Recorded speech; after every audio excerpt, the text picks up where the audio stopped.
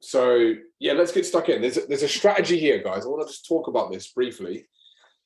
Me and Nathan were talking about it.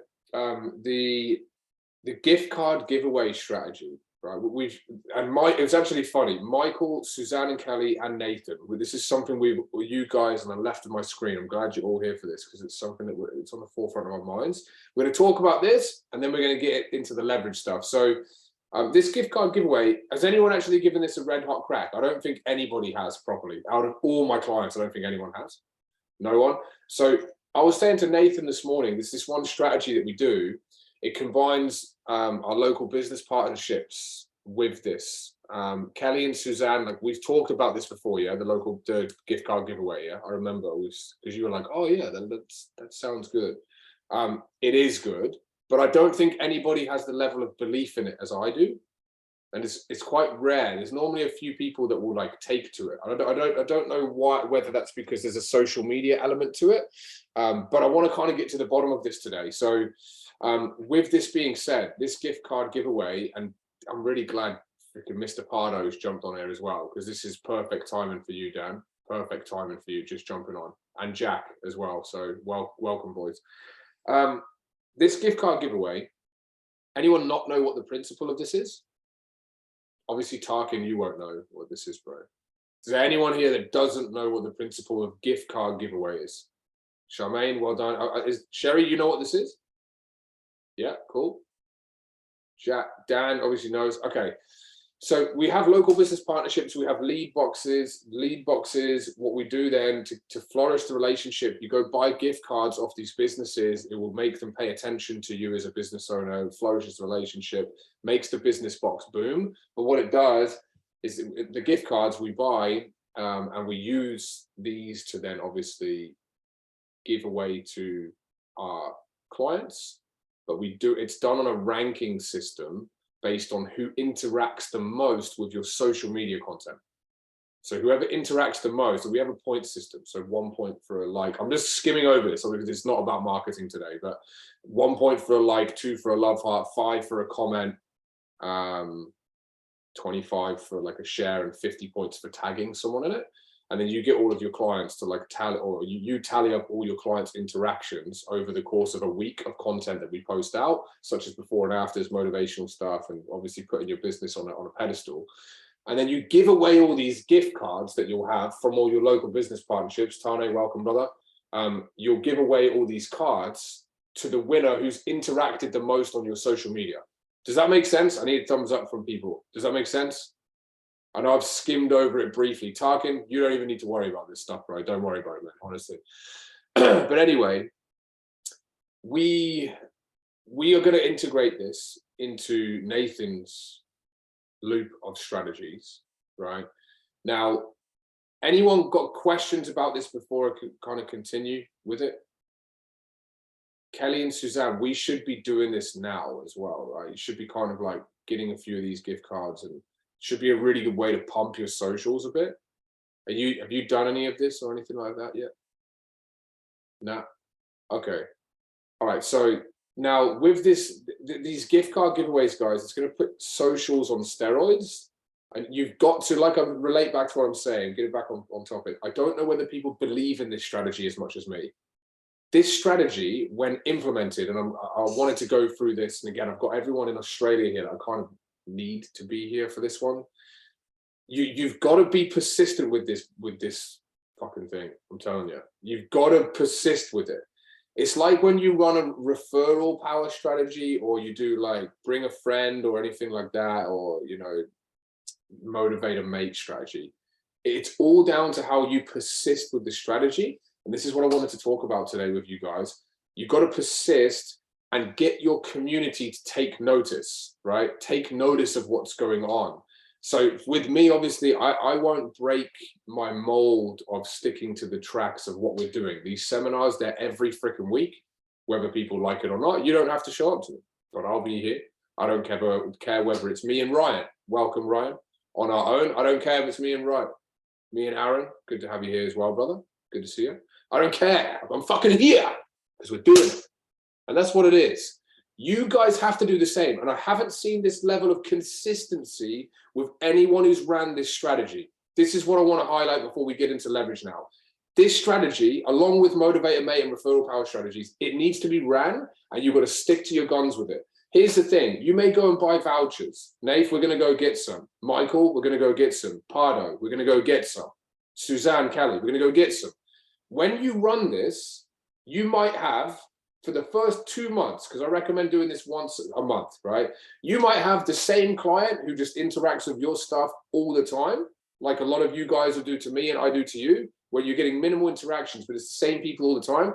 You might just end up giving them the vouchers every fucking time. And that's exactly what you're going to do. You're going to stick to it. People won't take notes. Right? Remember, we've talked about like the power of the subconscious mind. Sometimes it takes people 15, 12, 15, 20 times to see stuff before they start taking action with it. And I think were we talking about billboards? No, it wasn't actually. It was actually a conversation I was having with my friend in the sunny coast about advertising, about billboards, and why Maccas and people like on Macca's scale can go out there and spend 50 grand on billboards. The reason why they can do that and put them in the middle of freeways is because, number one, they're Maccas and everyone knows, but they have the ability to pump continuous amounts of 50Ks that nobody here or myself could ever be able to do yet, right? Yet, because we always reach for the sky, right? Aim for the stars. So what you got to do is remember, you ain't going to get on that level without being persistent and consistent with anything, right? So be persistent and consistent with giving away those gift cards. And then when you keep sending your photo of like my arm around Tane going, Tane's won again, Tane's won again, Tane's won again. He's won again. Why doesn't anyone else want to do this? And then you start offering more money, right? Because you're getting more traction and the business will grow. Your socials will go off the chain with this. Then people will start taking note. And I'm telling you, it'll be a very powerful strategy. So again, like I said, I don't know whether people have the same belief in this strategy as I do, but it's a big one. And I'm glad that the select few of you guys are here who's going to run it. Does that make sense with that stuff, guys? Let me ask you, Simon, so we're supposed to get to our clients, whoever interacts with our stuff the most, is that it? Yep. So basically what this also is a retention mechanism. Every single week or every month that a client sticks with you, they have the ability to be able to win 100, 200. Think about when you do this for a year. You might go and spend $300, $400, $500 a month on gift cards. So just by being a client, this is why I'm like so obsessed with this strategy, and I've never seen anybody like get it yet. You run this for a year. You're giving it, yes, it is to your clients, by the way, before I go off on one of my tangents like I always do. But you do this for so much time, you start to get so many people coming in, right? It boosts the business income up. You're able to go and give those businesses $50 each, then $75, then $100 each, just for being a client, paying you, even if they're on a bronze, right? $50 a week. They have the opportunity to earn double that in gift cards just for being a positive motherfucker and supporting your business. It's insane. It's insane. Am I on my own with this or what? Like, this is actually insane. This strategy will work really well. I'm telling you. But the thing is, and I'm going to be fucking honest, you can tell I'm rejuvenated. I'm in a good mood today. I'm in a good mood, right? No, I'm telling you, half of you motherfuckers in this Zoom with me today, not too much swearing, Simon. You're not cut out for it. Prove me wrong. You've got to be fucking on with this strategy. I'm telling you right now. Stick to it, promote it, tell your guys in your VIP members area. You can even turn it into a lead funnel. Look, when you're funneling people into all of your groups, let anybody that wants to come, interrupt me. Let anyone who wants to come into that group be a part of it. They don't even have to be working with you. You could do it like that, and then they can just be around the positivity. Like, guys, we're giving away these gift cards. I don't care who you are. If you're in this community, you can get access to doing this strategy. Like I give anybody access to doing this seminar, right? It's that simple.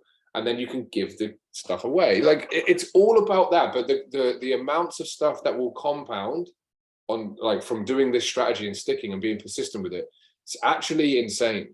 It's actually insane. I'm telling you, it's insane. Questions with it before we start getting into leverage systems and stuff like that? Hey, so I jumped in a tad late, so I only caught half of what was going on. Yeah. So just to recap, it's essentially building local business partnerships by like encouraging more engagement through socials and networking that way. Is that the gist of it? So basically, it's a good question. You've got two strategies here. You've got local business partnerships, and we all know what they are with the lead boxes, right? So we've got them, right? And Ryan, this is huge for you. Jono, like, my man, this stuff, honestly, guys, still think it's only me who loves this strategy as much as myself. So you have that strategy. Now, this strategy is a subtopic or a sub-branch of that strategy, Jack.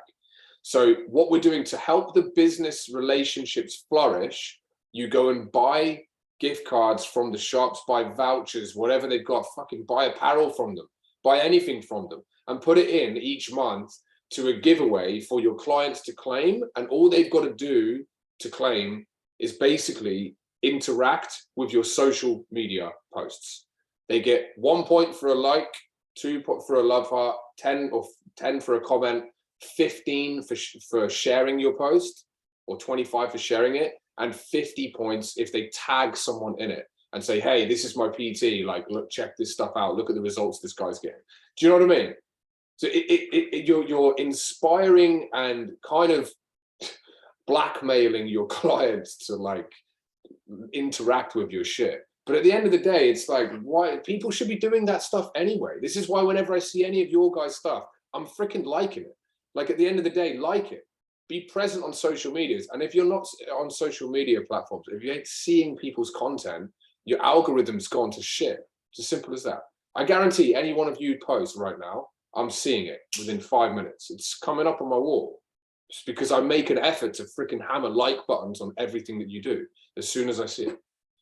So hopefully that made sense, Jack. You combine local business partnerships with the gift card giveaway strategy. We don't really need this yet, bro. Honestly, we don't even need to unlock this strategy yet because you just got too much ahead of you. Same with us talking. Like, this is like well advanced. You don't need this. But for like Nathan's, Dan's, not even Tane's, Tash, great to have you here as well. Tash, we need to get on with this. Aaron, definitely. Charmaine, too early for us. Michael, definitely. Suzanne, Cal, definitely. Yeah. So let me ask you, Simon, then, because like over here, like if we went to a Starbucks or and we have, they don't allow you just to put your out there. Like a lot of them do not allow you.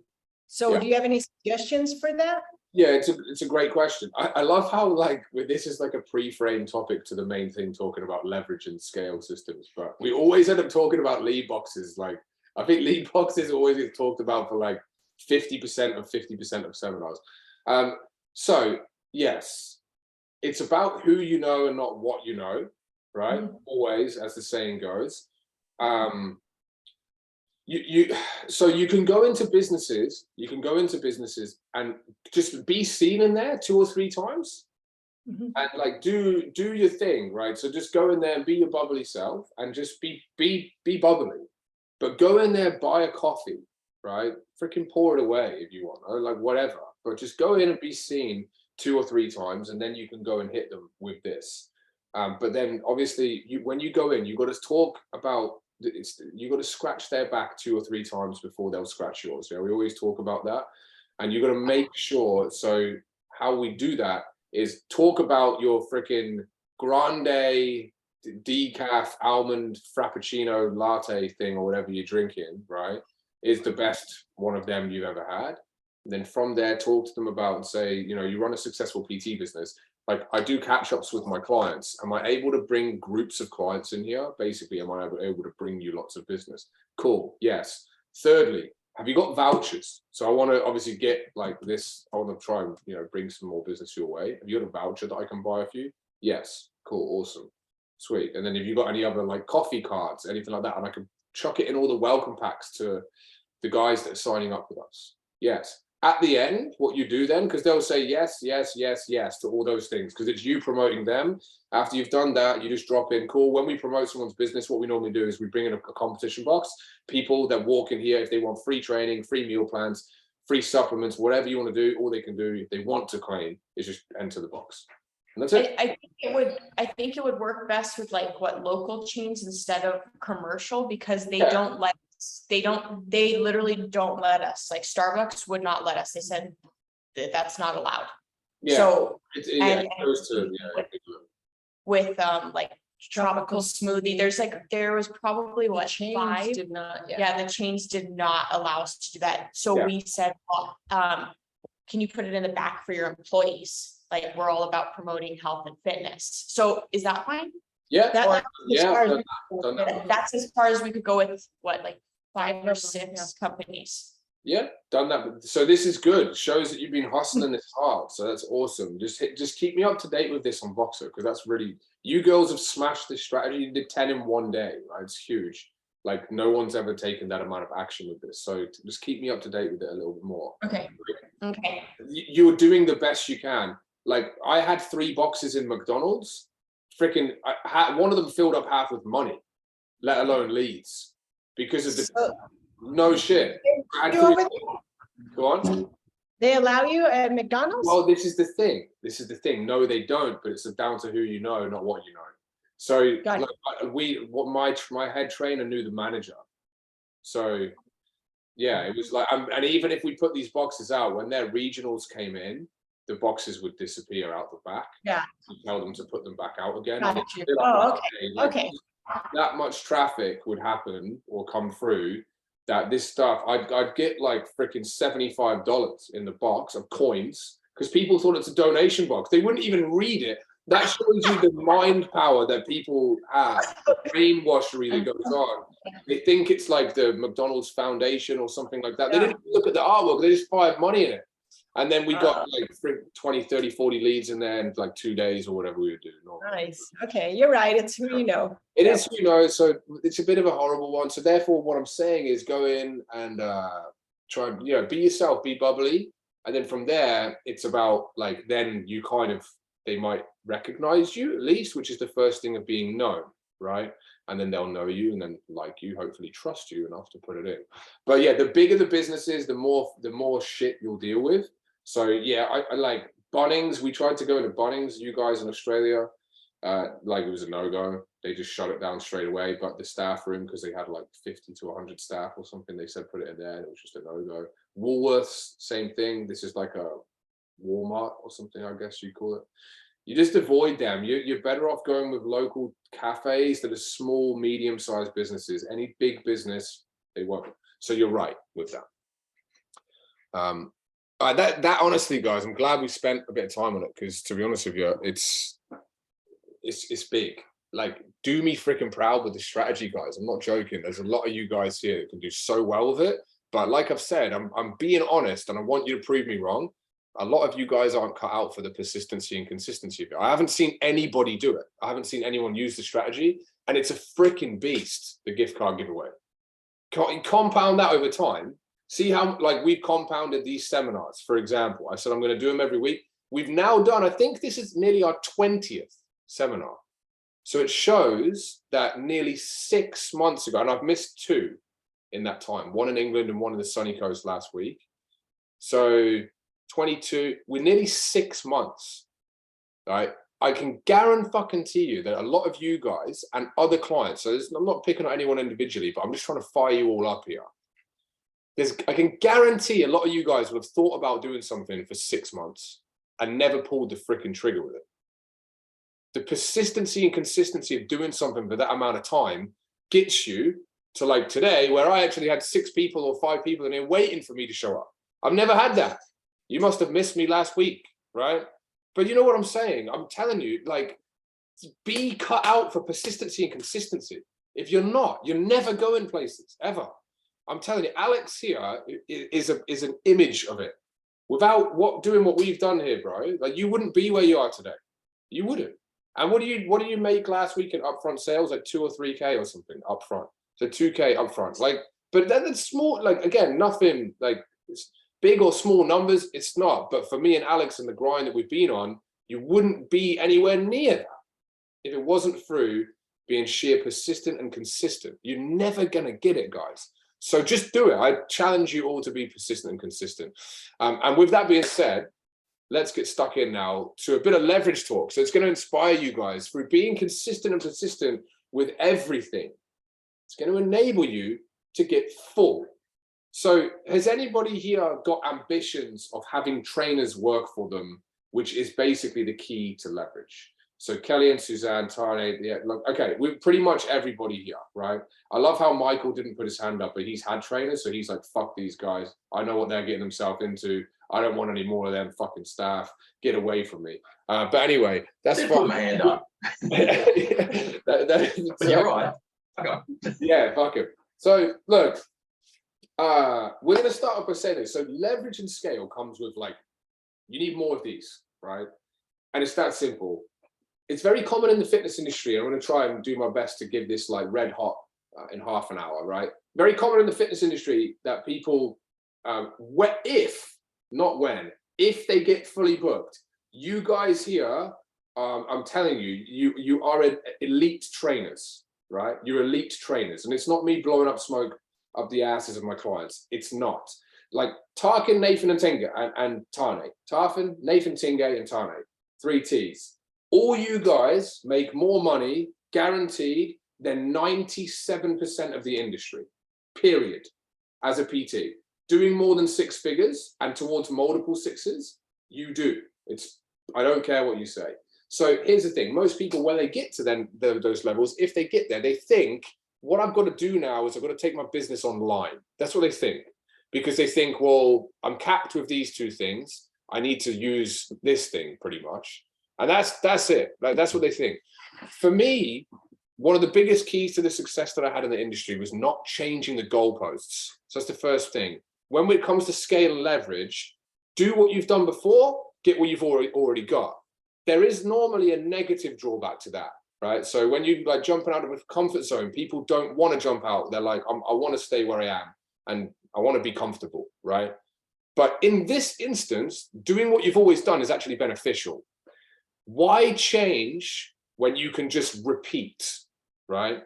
So if you want to repeat the growth that you've got, you just need more of these. Therefore, hiring trainers in the face-to-face part of the industry, it is the best way to go. I don't care what anybody says.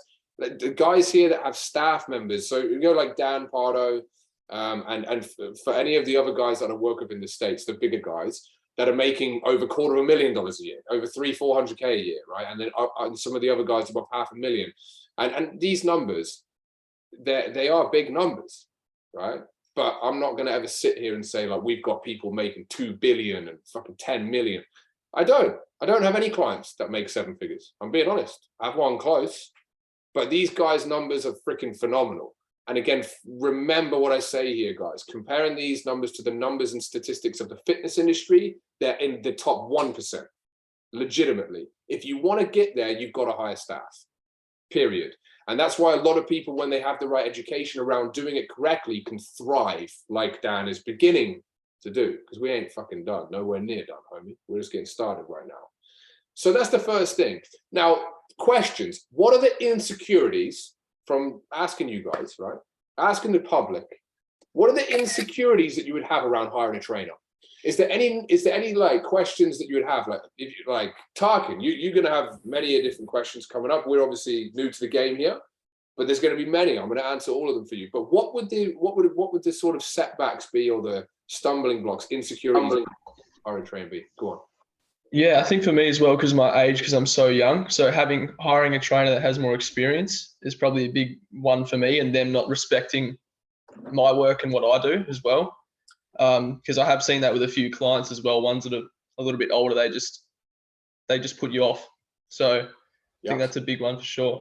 Yeah, I think everything comes down to pre-framing. I've spoken to Charmaine about doing these videos that we need to do for the online guys, right? I also spoke the same about with Aussie people now, trying to keep it Aussie for you guys. Leah in WA, right, recently. Pre-framing will enable you to have authority and get a message delivered to people. What you've got to do, like, man, I coach, there's people on this call older than me. I coach them. Do you know what I mean? Hell, Suzanne's here with her daughter, right? You know what I mean? It's like, it is what it is. It's awesome. It doesn't matter. What it comes down to is your authoritativeness delivered in that professional and polite manner that I always talk about will carry you through. right? So I would never think I that. have a question. Yes. I have a question. I could agree with what you said on that, being like a young trainer and showing like assertiveness. How do you do that with, I would say, people my age? So like 24, 25, because I'm starting to get clients to where they're almost like either take advantage of you or they're very, oh, I don't want to listen. And I'm like, then you know what I mean? I don't necessarily know how to handle that. I love But for them to have respect for me. Yeah, I'll always get the ones that are like, because I'm 20, so I'll get the 21 and 22-year-olds that are just kind of like, I think they're the shit, you know? So it's kind of, yeah. Yes. Yeah. And for me, it's definitely that age group. So it's kind of like, how do you show, how do you have someone respect you that is your age? Like it really. You've got to remember that you're the authority in your industry, even if it's someone your age or older or more accomplished in other areas in life. They're coming to you for this one niche thing, which this is your specialty and you're the authority. So when it comes to that, just remember that, because I'll have some very well accomplished clients that I really respect, but when they come into my domain now, you got to listen to me, because that's what you're coming to me for. Yeah, I think it's all down to I find it's a lot of, I get the same thing. I work, not that I like to generalize, but and give it a certain vibe, but I work in Derrimut and there's some big boys in the Derrimut and they still come to advice. And it all comes down to, as Dan said, it's all about assertiveness and essentially showing them that you have the answers that they're looking for. And if you're confident in yourself, they'll just listen and take it all in. And they'll just give you the respect that you don't try and find the respect. You obviously have to earn it from some people. But once you show them that, yeah, I have what you want, what you're looking for, that was what I felt. Yeah, I think it's belief in yourself. It's belief in yourself and belief in what you know is right. I won't ever forget, there was this one time in one of the locations that I was in, and there was these two big boys in there, right? They were my age, but they were big boys, and they were the alpha males of the gym, right? And I was like, all right, okay, cool. I gave him free session. I tried signing them up. I've never seen two big boys quiver in their boots like little bitches compared to when someone with authority came in front of them. And I said, boys, your potential is fucking unreal. Let's jump into some training here. And they were like, well, what can you give me? And I was like, well, dude, here's the thing. What are you doing? I talked about the macros, the supplements. I delved right in deep to where I knew I was good. And I showed my strong point, my belief in myself, and put it across to these guys that look better than me, far better than me. And I was like, how much better do you want to get? I'll show you how to do the extra thing. You got no accountability. You're lacking in this. You come in here. I've seen you train. You do the same stuff all the time. I'll mix it up for you boys. And they were like, they had nothing to come back with. And I knew I would never sign them up anyway, because it's not my ideal type of clientele. I'd rather help people lose 50 pounds, right? 25 kilos and get healthy. These boys didn't need it. But that was a prime example of using your authoritativeness, like Nathan's saying, believe, when Nathan's surrounded by monsters. And Derrimut has some monsters in there, right? It's a bodybuilding gym, pretty much, right? Believe in yourself. Kelly, with what you're going through at the moment, right? You're going through, I've read you for a few weeks of it. You're going through a very tricky time, trying to deal with people that are starting to take the piss. Your tolerance levels are getting very small, right? I read this. So I have, you could read my mind then. So it was on Friday. I had two girls coming in, and one of the girls goes, and I was like, okay, guys, we're going to do like a HIIT style training today. And one of them just flew a fit. Okay. She got super bugged and she literally flat out said, we're in a meeting. Yeah. She literally flat out said that, I wish I didn't come today. And I said, you don't have to. You don't have to be here if you don't want to be here. And she said, she literally walked out. She walked out. She expected me to go chase after her, and I was on fire. So my tolerance levels are getting very, very low. Yeah. And I'm trying to be as professional as possible. But I'll be honest, I want to lose my shit on people, and I definitely have talked to my mom about it, and she said, this is the whole thing of dealing with the business and stuff, and I totally get that, but there's just points where it's like, how do you get people to respect you and to just do it? Like you are here for your own choice, you know what I mean? Like this is your own choice, so yeah, may as well put all your efforts in instead of complaining the whole entire time. It's so hard. Look, what you've got to do, and fuck, Phil's just come on here now as well, and he's not in a good mood at the moment. Jesus, he'll give you some. Phil will give you some advice on how to handle people that take the piss. But anyway, like, look, you just got to tell them honestly. Like at the end of the day, look, when you're gonna look, you can either pull them aside and you can do it empathetically, or you can fight fire with fire. But I don't recommend you fight fire with fire unless you know how to put a fire out. Does that make sense? Right? Yeah. And I don't know whether you do because you're quite fiery, right? So like it's one of those things. Like you need to be able to communicate with them in their language. So that's where you can fight fire with fire, right? You need to communicate with them in their language. But you also need to, like Nathan said and like Dan said, you're now in my room. This is my environment. If you want to come in and bring your shit, right, and especially when you're doing the nature of the sessions that you are with other people, the fucking door is there. Get out. But you need to empathize and say, look, we have these up days, we have the down days. And this is why pre-framing in whatever we do, going back to what I was talking about with Charmaine, and we're doing a lot of video content now, showing people, like with their MyFitnessPal, that you've been there, you've done all this crap, you hate logging your food. You used to be one of those people, because how many people have got clients here that hate logging food? Right? Everyone has that. Pre-frame them and tell them, I know you're going to hate this. We need to freaking do it. I'm going to enforce that we're doing it, because if we don't, you're never getting freaking results. And if you want to whinge, then fucking whinge. But you're going to be fat and whinging. So it doesn't matter. You might as well be skinny and whinge, and I'll have a bit more respect for you then, right? But like, do you know what I'm saying? Right? You've got to really hold, and hopefully your clients walking past don't hear me as I'm saying this shit.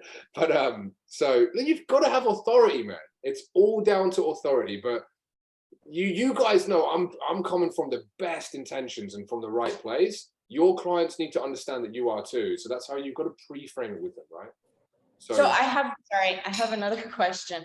So when people are starting to, I guess, not show up and stuff and really take it serious, do I replace them? Like, do I tell them, kind of see you later in a way, and then like focus on people that want to be there? Like, because I'm starting to get to the point where there's people that like we have scheduled for 6 a.m. and they've never showed up, and they've done this like a few weeks in a row, and it's starting to like it's just wasting my time, and I need to be doing other things. So should I like tell them, like, you know, I could get more people, that's not what I'm worried about. It's just, what do I do with the people that are like not really taking it serious? You're gonna call them out. You have to call them out. So what you do is you get them, right? This is something I did as well. I've told people before, I'm going to give you a bonus free personal training session, and they're like, oh my god, that's so awesome, cool, when? I'm like, no, we're going to do it this time. I get them in and I'm like, let's go upstairs. And they're like, what? I thought we were doing a training session. You don't know, it's going to hit you like a fucking bus, this shit. But you get in the room and then you go at them. But you've got to go at them politely and professionally and say, look, Kelly, honestly, I can tell you're fiery, right? There's some shit that's up your ass at the moment. What is it, right? Tell me. Here's the thing. You got to tell me. I'm your coach. I don't need to pull you aside. I could show you the door, and the door is always here, but I'd rather not. I'd rather help you. So be honest. This is when the waterworks come. This is when people tell you a lot of stuff that's going on in their life that you don't know about. They're going through stuff with their partner. This stuff happens to all of us, guys. And like I've said recently in these seminars, I've been very like empathetic with my delivery, my approach, and saying, take time for you guys, yeah? You do need it. Like, you're all going through shit outside of what this seminar is right now. So take time, but also recognize your clients are doing the same thing. They'll cry, they'll freaking tell you this, that, and the other. But do you know how much respect they will have for you after that? Crazy. And if they want to go in there and fight fire with someone who's actually pouring water on a fire and putting them into a calm environment and then being professional and polite, and they want to go pour fire on them, that get the fuck out the door, right? And that, you know, and you never swear the way that I do. Well, I'm just gonna put that in as a pre-frame, right? Like, don't swear. But basically, it's like, look, I don't think this is the best thing that's working for us both. So I've tried, can't help you. When you're ready, and this is where you got to fucking grin and bite your teeth. When you're ready to come back and you're serious, come, because I'll train you, even though you don't want to fucking train them, right? But you know what I'm saying? That's what you have to do. Get them, be professional, be polite, always, always, always, always, and have authority though, right? I think that was kind of a big diversion, but it's really going to help a lot of you. I mean, Lockie, we had this recently as well, bro. Like, fucking, do you know what I mean? This guy that Lockie was training, he thanked him pretty much for being authoritative with him. He knew what Lockie said was the truth. And like, Lockie's one of the softest guys, the nicest guys. But now it's like, oh shit, I can be a bit of a beast. Fuck, I like this. Like, it's good. Professional, polite authority. It's always coming from the right place, not because you just want to be a dick. Right? You care about your clients, right? So anyway, we kind of diverted. Go on. Yeah, I've got a client he rocks up to his sessions, and I had that chat with him not long ago. It was kind of a couple of days ago. Yeah. And I've tried to go over it a couple of times with him, but in all honesty, he's one of my biggest money makers. So he's on a gold, and I know he's not putting in the work, and I know he'll only come to our sessions. He won't train outside. Like, he works 60 hours a week, and he doesn't commit. But how do you look at that that's like biggest point of view with my business? He brings in some of the most money, and there's to a point where, yeah, with him, like, I'd rather him do exercise than do none, because he's really overweight. So right, how do you look at it like that? Can I just commend you, because I'm not joking. Tarkin's jumped on with this guy. He's new. A lot of you guys wouldn't have seen his face before, right? Tarkin, you've literally just said what 90 to 100% of PTs would be thinking. And I fucking commend you for that, and being open about it, and basically saying, well, he's making me a lot of money. So at the end of the day, what do I do? Because you could throw the money down the drain. So here's the thing. When you leverage and scale and you get to a big level, like me and Dan were speaking about this in person when we were in Melbourne with each other, or when he came down to see me, you can throw some big fish away because you've got quite a lot of them. But where we're at now, so you're 6 figures, obviously, and we're about to hit this leverage button. All right. It's a really, really tricky one. It really is, because we're here to grow businesses, guys, and we're here to make money. But at the same time, what you've got to do is, like with this one, I just tread carefully. You've got to have a bit of a conversation where, I think Ryan in the US, which reminds me of you, bro, where, you know, recently you had that client who was like, I don't want any nutrition, I just want to be trained, blah, blah, blah. Then they'll get to a point where they're not going to see any fucking results. You then need to, rather than saying, I told you so, you kind of tiptoe carefully and say, look, like, bro, is there anything more you could be doing? Like, I just want the best for you, bro. Like, you're smashing your sessions, you're showing up. Bearing in mind as well, relatability. I don't know whether you can, right, relate, but I can. Working 60-hour weeks. A lot of you guys on here can. 60-hour weeks, potentially with kids, potentially going through fucking shit fights with his missus. Who knows? Like I said, we all have this stuff going on, right? And when you are, man, the little things to get the extra 10, 20%, or it might even be 40, 50% out of his goals with you might be so low on his priority list that he won't want to hear it. But you've just got to say, look, man, like, I know you've got so much on your plate, to relate to him. But then say, look, I'm just here to try and get as much out of you as I can in terms of getting you the best results, bro. You're doing awesome. But shall we give this a go? Shall we try X, Y, Z? Shall we do this? And just say, dude, if you're happy where you are, I'm happy. Because making you happy is what makes me happy. But you just got to try and get it out of them a little bit.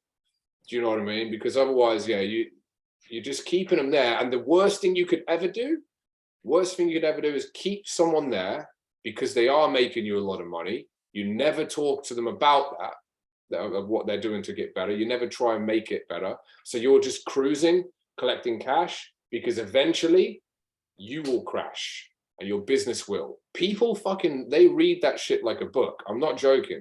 I was speaking to Zach. He's not actually here today, but Zach was telling about this. You got to apply constant pressure, whether it's to marketing and growing your business or whether it's getting people results. You have to apply the pressure. If you don't, you're taking it for granted and you're coasting. When you take your foot off the pedal, the only way you can go, and it's fucking backwards. So you got to try and bring the best out of them, but do it really carefully, if that makes sense, bro. Yeah. So that was it. Yeah, that was a good little side topic. And again, I commend that, because most people, what they would do, right, to summarize that, is they would take and take and take and take and take and take, and then the money goes and then they get pissed off, right? Don't be like those trainers. Always try to get more out of your clients in terms of like dragging them towards their goals, because they're paying you the money, right? So you don't need to try and get more out of them in terms of cash flow, because they're already on a goal, right? Can't really give you too much more than that. Just try and bring the best out of them all the time. And then when they leave, you've done your best. Like we're saying with Kelly, you've tried. Fuck, there's the door, man. You want to go, the door's there. And that's it. You've stayed true to your morals. So basically, before those two good questions from Kelly and Tarkin came up, look, leverage, you've got to use these. But there's many freaking problems and challenges that come with leverage. There is. Luckily, we've got a lot of people that have been through leverage, some of which are on this call, a lot of which that aren't, and it enables us to show people how to do leverage very, very well. Now, when I was saying what's something that makes the whole leverage thing uncomfortable, obviously we diverted off there. A lot of the common things are things like this. How do I hand sessions over to people, right? Everyone only wants to train with me. That's my pet hate one, right? It's the worst one, right? That, like, Dan, you agree with that one as well, right? People train with people, why the hell would they want to train with anyone else, right? But when you actually master how to do it, you don't ever. And Phil was that was your laugh in the background, wasn't it, bro? I was like, who's that laugh? That wasn't Dan. Yeah. It was Phil. Phil's like, man, he's like, Sai, you just got to realize I'm always going to be doing PT, right? I hate training clients now. I hate it. I'm against it now. So you know. No, and to take this on, guys, because I want to make the most of your time, right? You got to think as well. You need to continue delivering the Phil standard, right?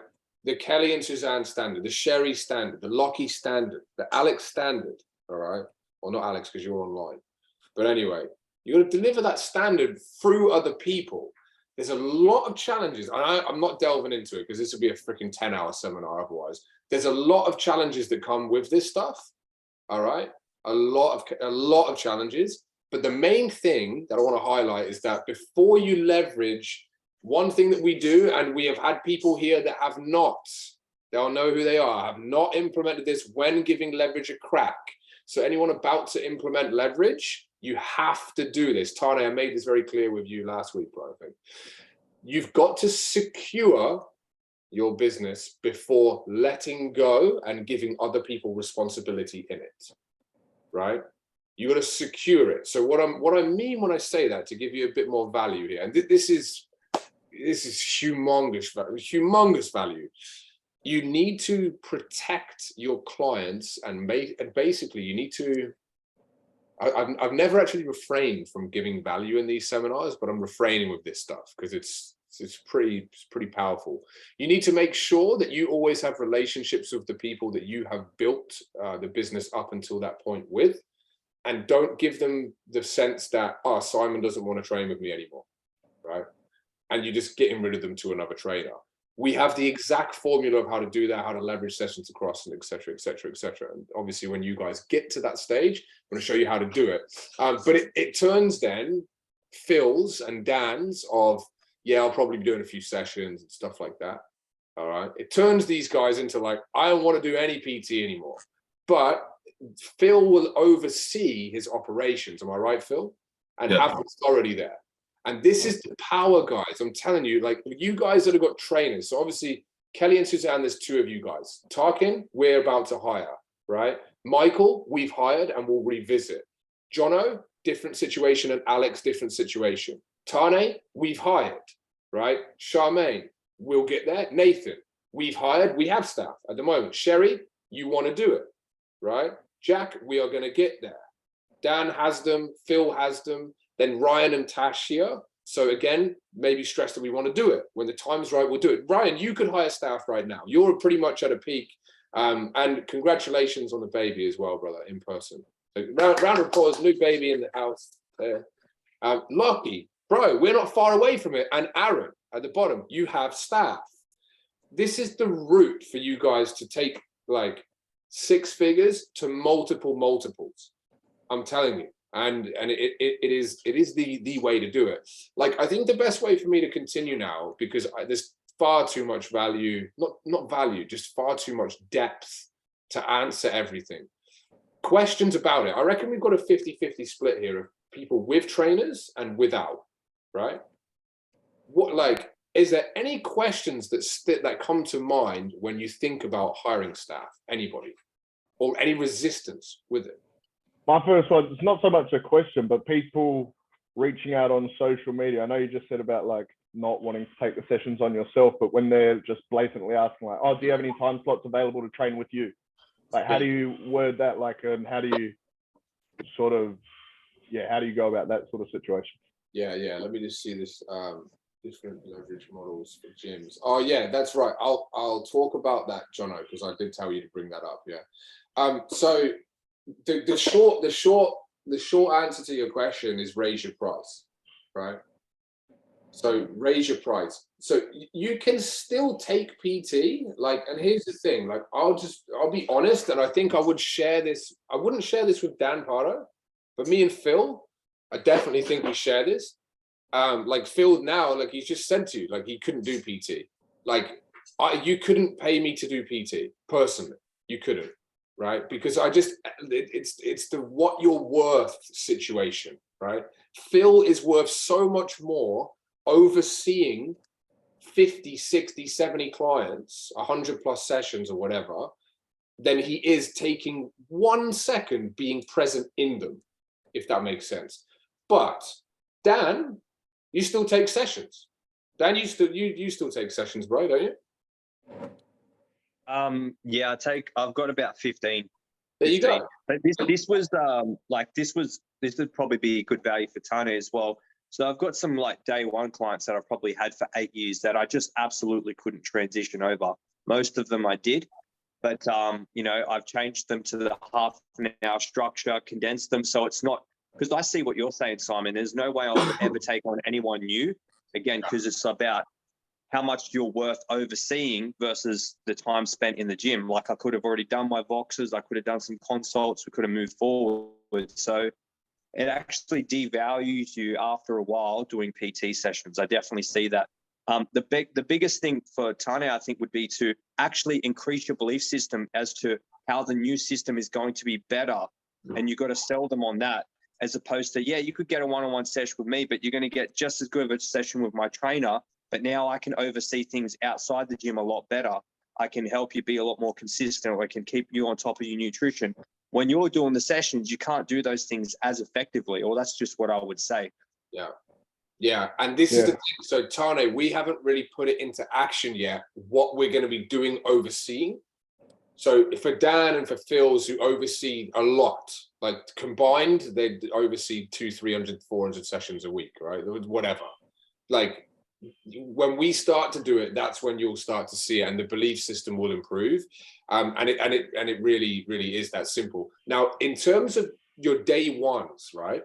This is how because you don't want to, like I was still taking sessions myself. I never did what Phil is doing now.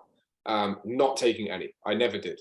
And what Matt Dart, who's finishing up with us today, Matt Dart, he takes none, but he still takes a lot of consults, right? Focuses on his growth, but he has trainers to leverage to take the sessions. I never got to what Phil and Matt are at now, but here's how you handle that, right? When you keep your day one clients, but here's the thing, no client of yours, right? No matter how secure you think they are, is ever lasting forever. Let me say that again. No client that you have right now will ever last forever, period. I don't care what anyone thinks. Like I've had people say, yeah, look, these guys are going to train with me until I'm done.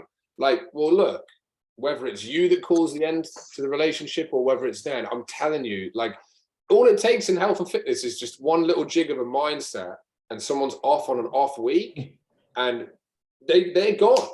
And you, who thinks, or who here thought, excuse me, that you've got a client for life and they fucked up? Yeah. I guarantee Phil, Dan Parter, there you go, Brian as well. I'm telling you, right? You're gonna have this. You're gonna experience it. So here's how you handle it.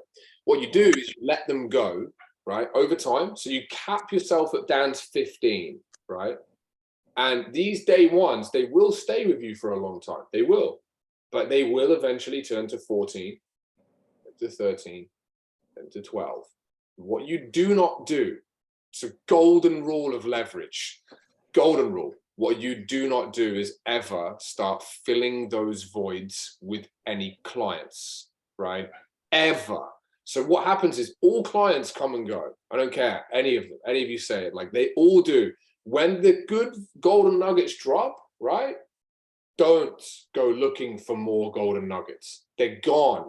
These are one in a lifetime clients, right? Don't, right? You keep them, you leverage the correct way. Leverage correctly over to your trainers. You keep your good golden nuggets, but when you drop one, right, you go drop a golden nugget in the water, you don't freaking dive down looking for it. It's fucking gone, man. It's gone, right? It's gone. That's it. Move forward and you focus. So this is a big thing of leverage. You focus your energy, and it can be very hard to transition mentally into this. You focus your energy when you leverage on growing the business and not on being consumed by it. So it's what we call working on, not working in the business.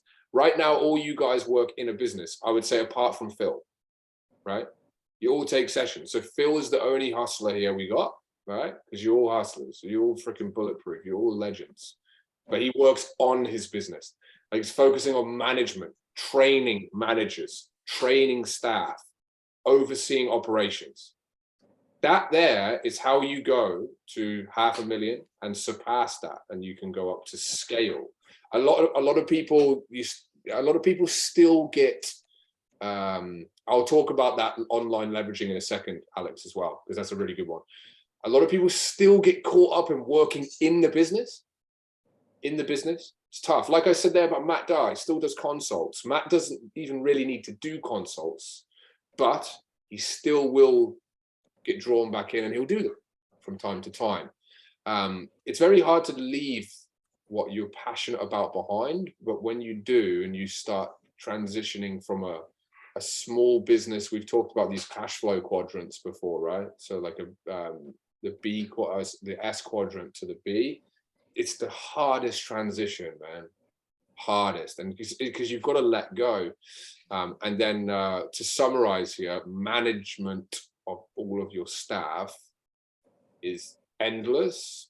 It is the hardest task you'll ever have to do in any business, and I don't really welcome it, to be honest with you, on anybody, but you gotta go through it. It's fun. Management, man, is fucked. So yeah, questions on any of that with anything? Charmaine? What if the PT or one of the PTs is sick, or whether they go on holidays? What do you do in that circumstance? That's a great question. So you got to get on the tools and pick up the pieces.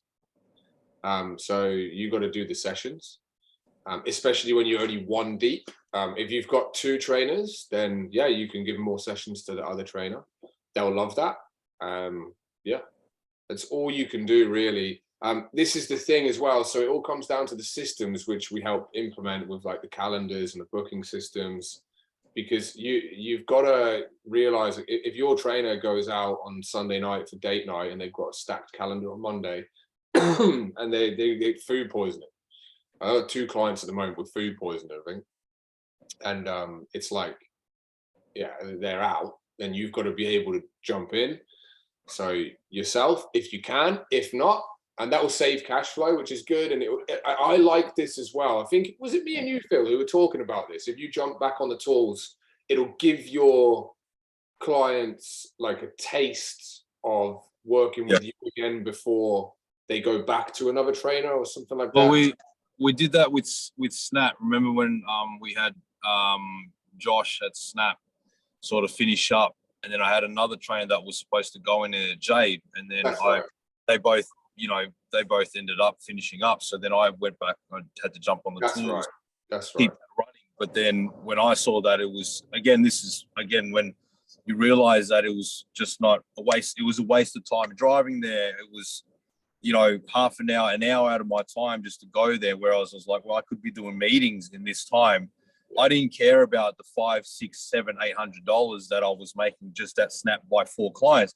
I said, I'd rather have the time to myself and go back to the other gym where the majority of the business and my trainers are, where I can explode the business even more. And it's bounced back as $1,600 to $2,000 back in from what I just lost, So, but yeah, you got to go back on the tools sometimes just to get it running. But I tell you guys, when it gets down to the point, it's really, you'll realize that you'll grow better when you're actually off the tools, and your business will explode. You just got to give yourself a taste and have faith that you can do it. And then you'll be able to sit back and overlook the business and just seeing it grow that way, So, yeah, you gotta have that time to go back in and do the tools when you need to. Yeah, it's important. Yeah, it was Michael. I got a great client of mine in the UK, right? It was Michael who recently had a trainer go on holiday, and I said, "You get your hands dirty, dude. Like, get them dirty." And this guy as well, he wouldn't mind me saying, his time management's awful, and he always tries to overcomplicate everything. Right? He's a perfectionist, but he ends up actually being detrimental to his success because he does too much. And I said, bro, get back on the tools, because it's a good chance for you to obviously get an insight into what the clients are doing, and then obviously get a taste of working with Michael again before they go back to the trainer. So it can be very beneficial, because then they'll get to see what the standard is like with you. Then therefore you can expect that that's the standard your trainers are delivering, because you have told, shown, watched, and gone, right, with them. Tell, show, watch, go. You train them. It's a little pattern that we have. I was actually coached this many years ago. But tell, show, watch, go is the best way to train people. And basically they you can then sort of eavesdrop back in, do your quality assurance. So this is what we obviously do at scale. When you have a lot of staff, you do quality assurance calls, make sure everyone's performing. For you guys, a lot of this stuff will be quite above your head. It might be quite daunting, but it's all managed. And it will enable you to keep the quality and standard high. So yeah, you get back on the tools. Yeah. One thing too, Charmaine, just on what you said before, and for you guys too, when you do have more staff, as you were saying, Charmaine, with if your trainer's sick, very important to remember that if you have a process set in hand, like if you know that your trainer or your staff's going away for quite a long time, it is important to get ahead and get a replacement trainer organized. But make sure that you tell your staff that, and this is learned from what happened to me with one of my trainers. He took off, he was sick on a Sunday, and I had told him prior, I said, don't do any rearrangements with any of your clients until you speak to me. But he went in one ear, out the other ear, and then he immediately organized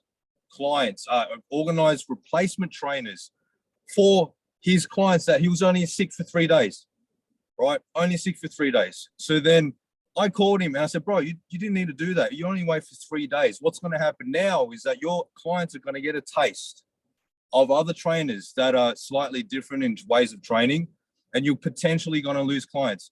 What do you know? At the end of the week, I had 3 clients that were doing multiple sessions, messaged me, said, oh my God, I love training with X, with Meg. I love training with Gwen. Can I switch over? I'm like, well, if you want to drive over to the other side of the city, you can train with that client. You can train with that trainer, and then it turned out that these 3 clients weren't happy after a while because they got a taste of better service. All right. And then when they went to somebody that is new into the industry, but was a great physical trainer, they weren't happy. So then I had to jump in and save those clients and give them extra things and all that sort of stuff. So just make sure, guys, that when you do have staff that you put in a process and you tell them, say, hey, don't do any changes. Don't communicate any replacements until you speak to me and we can decide how long you're away for, and we can decide whether we can get a replacement trainer for you, or we just roll over those sessions and catch up when they're back. We'll do the right steps from there. So just keep that. Yeah, just wanted to share that with you. It's very important to remember that. All right. Yeah. There's a lot of very important things, like Phil's touched on one there, that it's stuff that you go through when you leverage, I think, and that's probably the way to summarize it. Like, there's a lot of like complications. There's a lot of stress involved. Like, leveraging is it's an experience, but like I said, management is the challenge. Because what Phil's talking about, there's just management, right? Management's the challenge.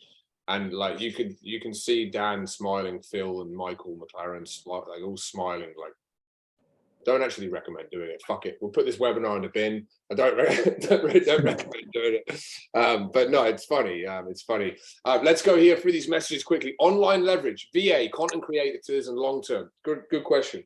So obviously with online, you don't need people as much as you need them for face-to-face training, because it's a lot more leverageable, the nature of the training anyway. I personally believe you should be able to at least take 100 clients plus online. I don't care what anyone says.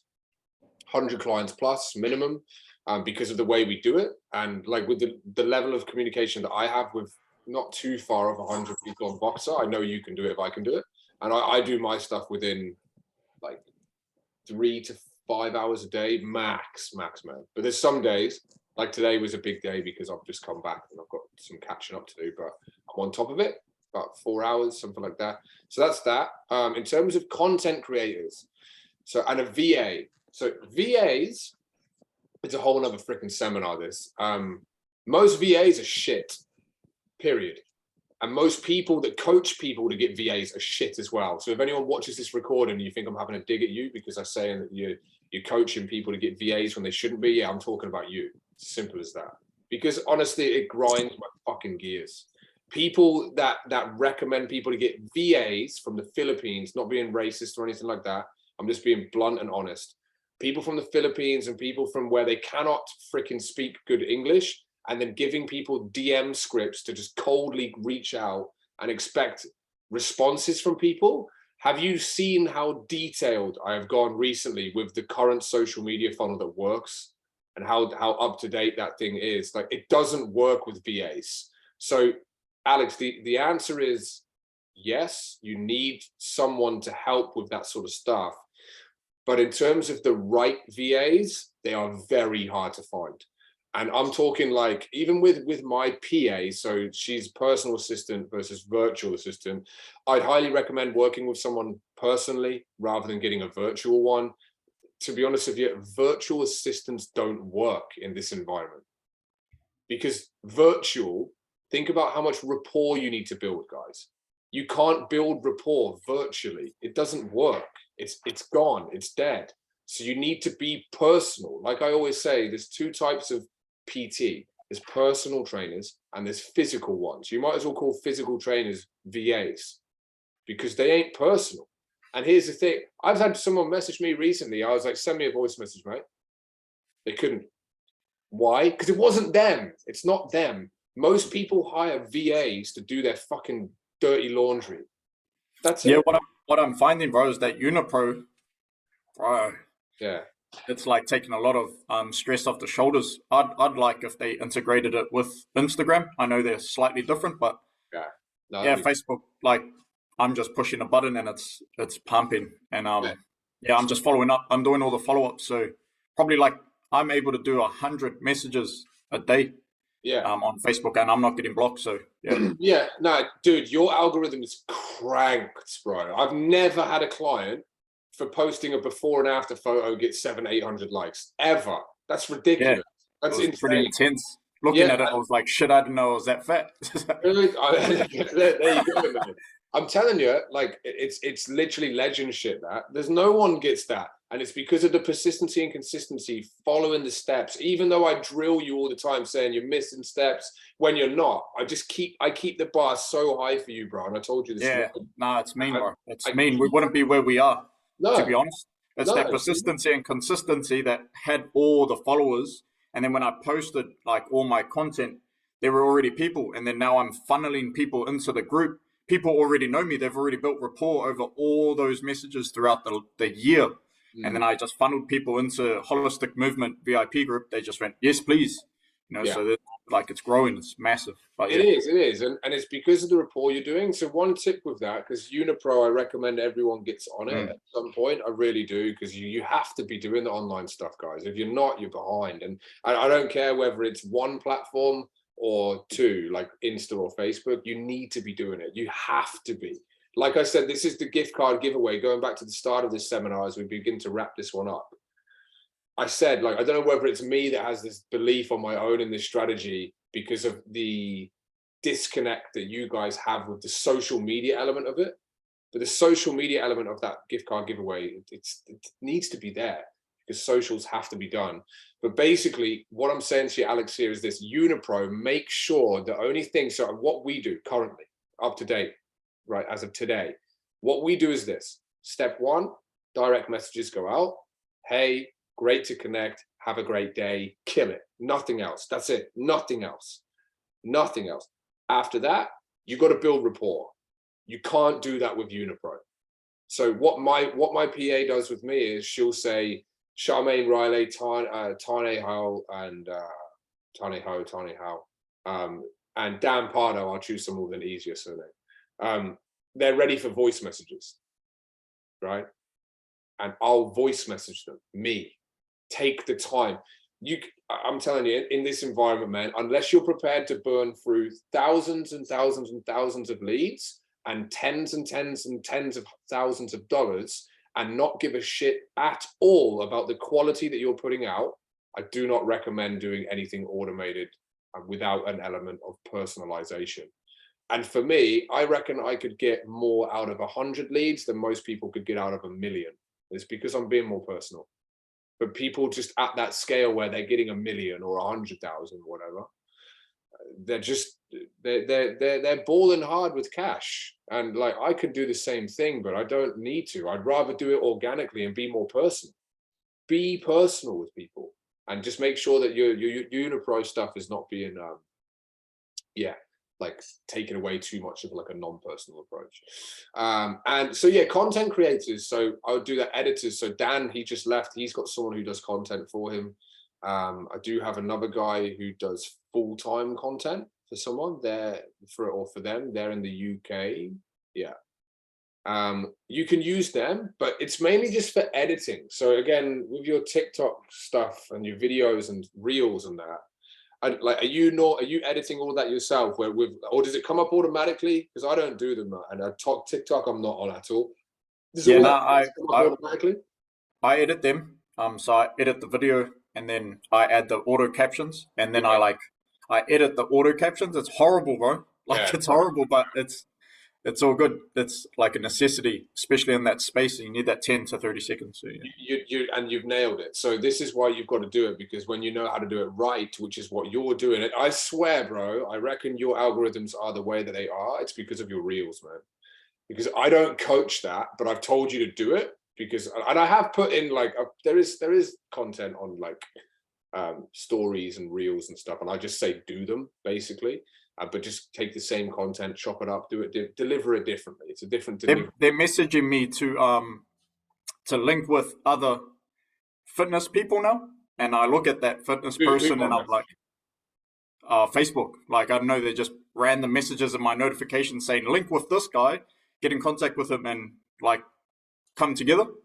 Yeah, it's sort of not my niche. I'm like, nah, it's all good. Like, I just leave it. That's because you're having influence, bro. That's why I never have people come to me. I highly doubt any of my clients ever would have had Facebook come to them and tell them to advise to link with them. The reason why is because it's going to benefit them through marketing. Your reach is starting getting good. This is when your influence becomes so powerful, you get paid for it. That's what it is. It's the same as Instagram when people pay people to post, and like YouTube, when you go over a certain amount of followers or a certain amount of subscribers and a certain amount of views every month, they just start paying you. It's automatic, bro. And the reason why is because they can obviously put, for people that don't pay for YouTube Pro, right, they can put little freaking ads, right, in the middle of the videos. And that's what it's power of the subconscious. It's all. I don't know about Instagram though. It's a bit of a slow game for me. I don't know if it's my age, but it says that I'm targeting, like, majority of the people I'm targeting are male, and they're between 25 to 35. But it's just a hard growth game there compared to Facebook. Facebook's just bang. I know, man. You have very good success on Facebook. It's the same as with me. Like, I don't have much on Insta, but some people are different. But yeah, I guess. Look, it works, and Facebook's firing up. So look, I think what we'll do is we'll wrap this. I think I've just touched the surface on leverage there. We obviously did a lot of diversion away from other things as well, which is great. It's been a great seminar. It's great to obviously have you all here again. Be here next week. There was a few more. Can I ask you a question, or after you're done? Yeah. You could end the meeting. Oh yeah, we'll end it and then we'll set up another thing. Yeah, we'll talk. All right. I just have a quick one for you. Yeah, no, that's cool. That's cool. But yeah, guys, be here again. And I think leverage, I've just scraped the surface of enough today to give you hopefully a positive taste, not Michael, Dan Pardo and Phil tastes of don't ever do it. It's stressful, but it's fun, and you need to do it if you ever want to unlock big things. And that's it. All right, guys. Just got to do it with the right people. That's all. The right. Yeah, you're good. It's the management. Not the idiot I had. Yes. No. I've had many idiots, bro. Many. And here's the thing: your first trainer will never be your last, ever. Never. Well, the next one's got to do what she's told. Apparently. Yeah. That's the missus. So she probably won't do what she's told. If you work with family, you're in a great position. I recommend it. I really do. Any other questions, guys? Hit me up. Right, we'll end this here, and then I'll send you a link, girls. All right. Sweet. Ciao.